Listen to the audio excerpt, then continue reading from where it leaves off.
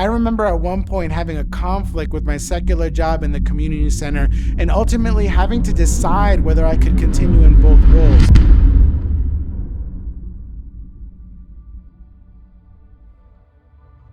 Hi, my name is Jonathan Cantarero. I'm a lifelong Christian and a member of La Cosecha Community Church in Hempstead, New York, and this is my testimony. So I grew up in the church. My mom and dad were both preachers and teachers in the church, which allowed me to really have a strong foundation of faith from an early age. Over time, though, I realized that that wasn't necessarily the experience of most believers and that many people come to Christ as teens or adults, or maybe they leave the faith only to come back much later in life.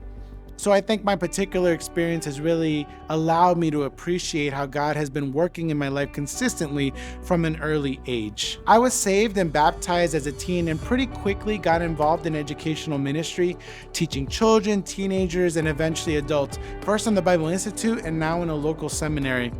It wasn't until my mid-20s, however, that I felt a tug from God to move outside the church and see how I could be a blessing to people in my local community as well.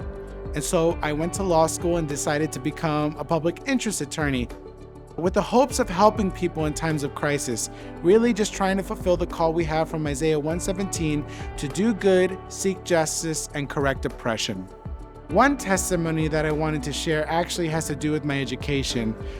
Growing up in a Christian household and attending a very liberal law school was a unique and challenging experience in a couple of different ways. First, it really tested my convictions because I was being exposed to a lot of ideas that seemed incompatible with my faith that were being discussed by people who seemed a whole lot smarter than me.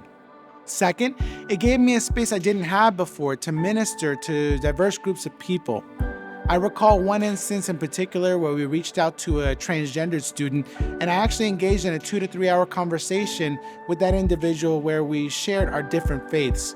And that was something that was so impactful to me because it was something that I would have never have dreamt of doing had I not gotten out of my shell and made an effort to reach people outside of my immediate community. It's also not something that I would have felt prepared to do had it not been for the strong foundation I had since my youth. Once I graduated law school, I was blessed to secure a very prestigious position in Manhattan and enjoyed very much the type of work that I was doing. At the same time, there came a point where God reminded me of my calling to look for ways to minister to people outside of my comfort zone. Over time, that tug in my heart led me to open up a community center alongside my pastor and other leaders in the church where I could provide free legal services and information to anyone and everyone. I remember at one point having a conflict with my secular job in the community center and ultimately having to decide whether I could continue in both roles.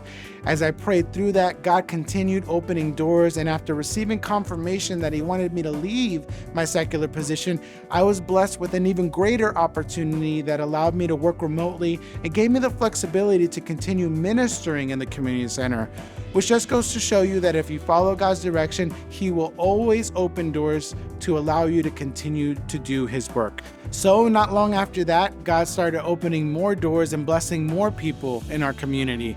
In our first year, the Community Center's Legal Navigator program blessed 20 families. In our second year, that number more than doubled.